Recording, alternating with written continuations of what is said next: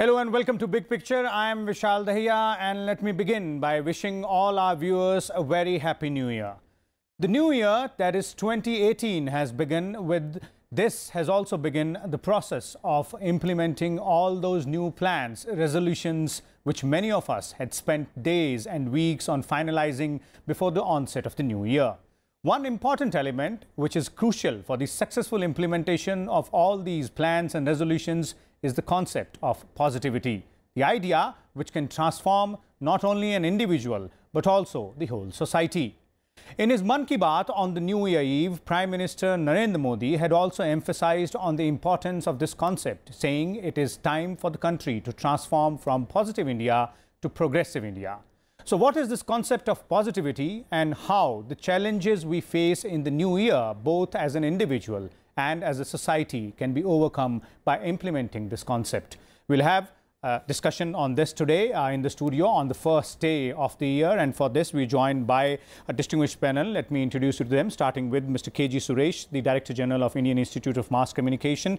We also have with us Mr. Parth Shah, Founder President of the Center for Civil Society, and we will also be joined by two more guests in the meanwhile. But let me begin with you, Mr. Suresh, straight away. The demographic dividend of India, which we talk about, and the new year, the concept of new year, are more or less, complementary to each other, because we see how the youngsters, although it is now prevalent in the older generation as well, celebrate the onset of the new year, come up with plans, resolutions, and you yourself are leading a training institute in the field of mass communication. So how do you believe for the youngsters they can take forward their plans, resolutions in this new year on that positivity format?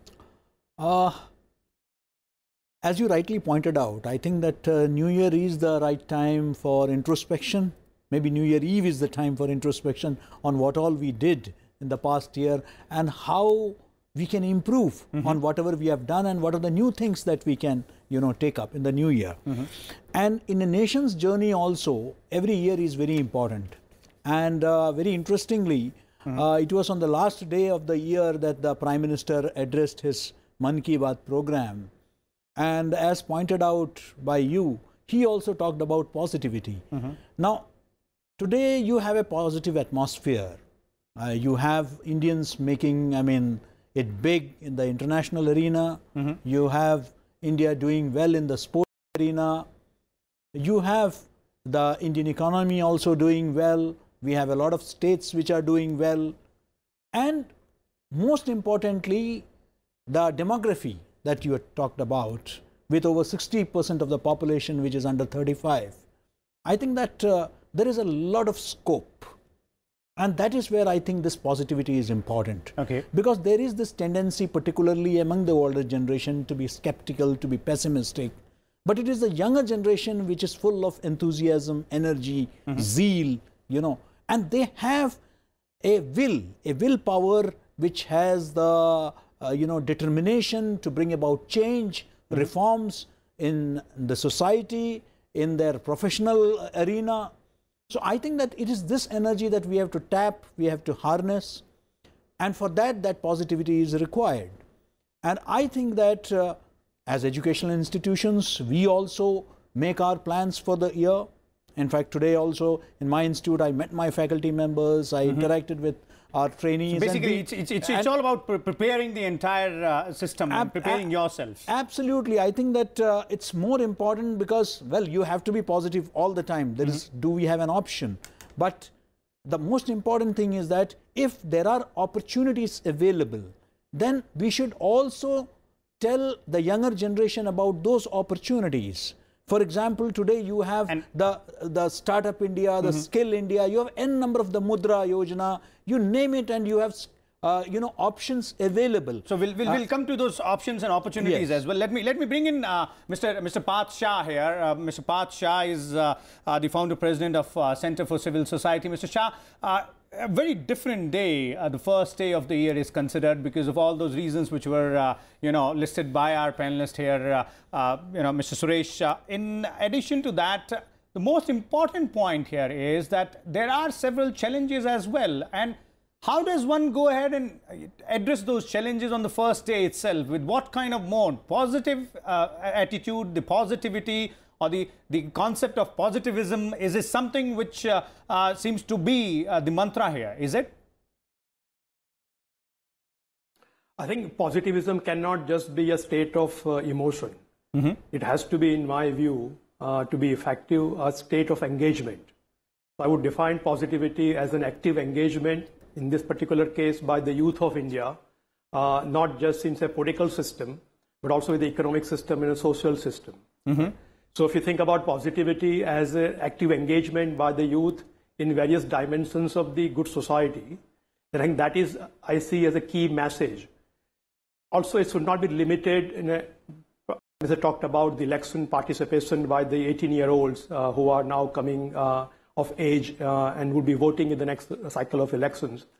I would go one step further than that and say not just elections, but engagement, ongoing engagement is what is required of the youth. There are various platforms we need to create for this engagement. Prime Minister talked about mock parliament as one possible avenue through which the youth can engage with the larger social political issues. I would suggest that there has to be a little more than just mock parliament.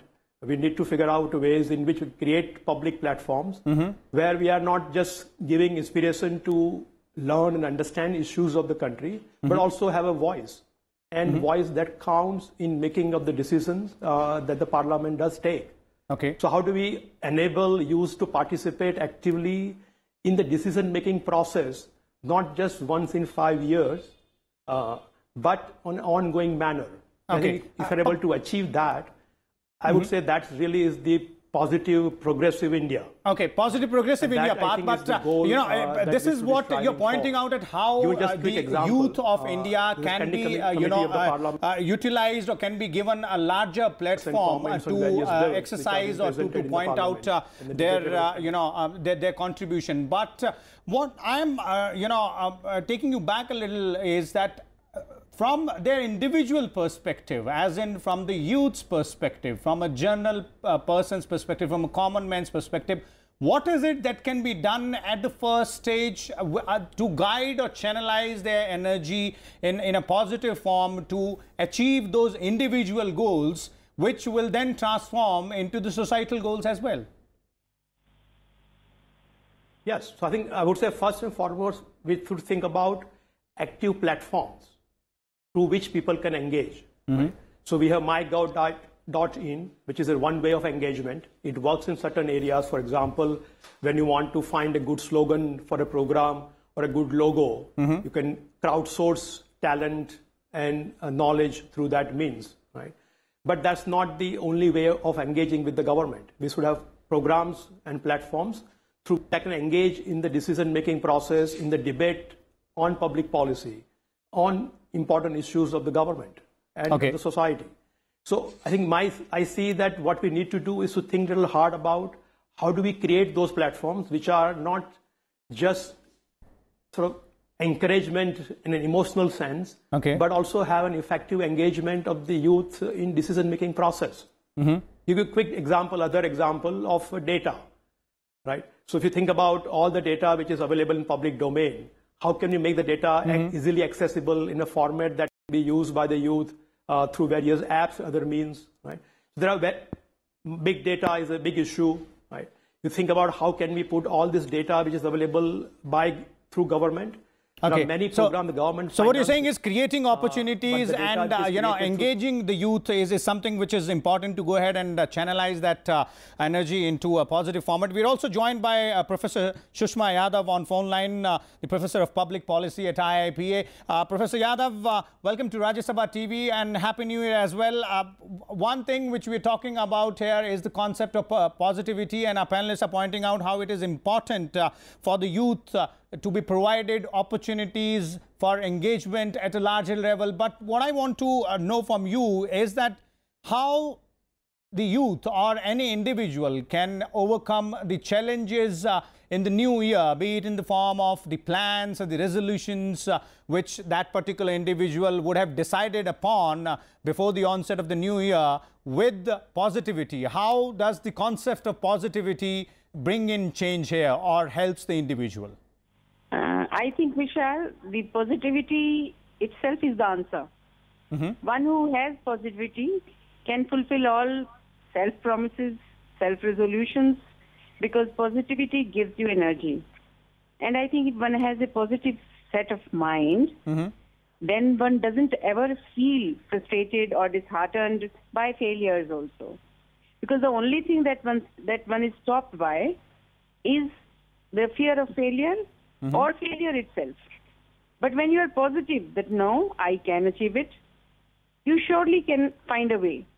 Even if you fail once or twice, and that can happen in any year, and New Year also, because one day, the first day is a lot of enthusiasm and a lot of positivity also. Second day, it starts fading somewhat. But that doesn't mean that you can lose faith in it. So faith is another thing which keeps you going. And faith in yourself, faith in people around you, faith in your family, faith in your society, faith in your nation, and faith in your leadership. Okay. I think all of them go together. And then one can really fulfill all kinds of promises and resolutions which one makes on the first day. That's really the way to move forward. And I think positivity also gives you strength and courage to go ahead. And you are there. Okay. Professor Yadav, please stay with us. Let me bring in Mr. Suresh again. Mr. Suresh, providing opportunities, engagement is definitely one very important part. But as Professor Yadav is pointing out, the way to handle the challenges for an individual on a daily basis. This is something which is very important in a person's life. Challenges which one person faces on daily aspects. So how those challenges can be overcome one by one to ensure that targeted success is achieved, and once individual succeeds, obviously we as a society will also succeed. Vishal, that's why I've been saying that you need to motivate people. Individuals also are prompted or motivated to succeed when they see other people succeeding. That's very important. Today, as rightly pointed out by Dr. Yadav, that Swami Vivekananda had said that if you have faith in all the 33 crore, gods and goddesses, but if you don't have faith in yourself, then I consider you an atheist, not somebody who does not believe in the gods. So that faith, but then that faith comes when you see success around. Okay. So it is for each one of us, the people who are seniors, the people who are educators, the people who are policy makers, to inspire the younger generation. Because today there is a tendency to point out to the failures. So it is important that whether it is in educational institutions or business organizations, we have to motivate the youngsters by telling them about the success stories. What is the India story all about? It's not just about, some people who have failed. It's about people who have gone through the worst and come up. That's the India story. That we talk about the American dream. What about the Indian dream? You have a huge middle class which has come up by the sheer dent of its sweat. They have, hard maybe work, troubles. 2 generations back, they were not as successful as they are today. But it's through their sheer hard work that today you have one of the largest middle class bases in the whole world. That's because of that sheer hard work put in. So you need to inspire, you need to have icons, not Bollywood icons, of course they are also there, but you need to have stories about people who have come up in their lives with sheer determination, overcoming all kinds of challenges. So I think that that's very important, and that's where our role comes. You see, today you can motivate people to, take, whether it is the government policies of Mudra, you have Skill India. Now, look at this entire scenario. There is a craze everywhere, even today, and even today you see on caste lines, on communal lines, there are an effort to tell people about job reservations and all that. Now, where are the government jobs? So we need to educate our youth about the need to be entrepreneurs. They have to really get into areas which are no more. Now people are highly educated, but they are willing to go for a small-time government job. Now, it is here that we need those motivational stories, so that they can provide jobs to 100 others. You know, that's what we should be looking at. So everybody cannot be provided a government job. So basically what you're saying is they identify the challenges and then, you know, pick up the ways and structures to be pointed out as to how those can be overcome. Let me bring in Parth again on this. Parth, one very important aspect of this entire story is the civil society and you know, the way an individual behaves or the way an individual conducts himself in his individual life has a very profound effect on the society and the nation as a whole as well. So this entire concept of positivity and this entire, you know, idea about how this will help overcome challenges in individuals' life, how is this going to have an impact on the civil society, you believe? I think civil society has a larger role, not just about being positive, but also that should not mean that we bury our hand against our failures, right? So I think civil society has to be balanced, just like the state has to be balanced, looking at the positive aspect as well as learning from the failure. We know 3,000 experiments conducted before a light bulb was finally into light, right? So failure is as much of a learning as the positive attitude or positive experiences are. So I think to me, positivity does not mean that we should be burying our hand against the failure.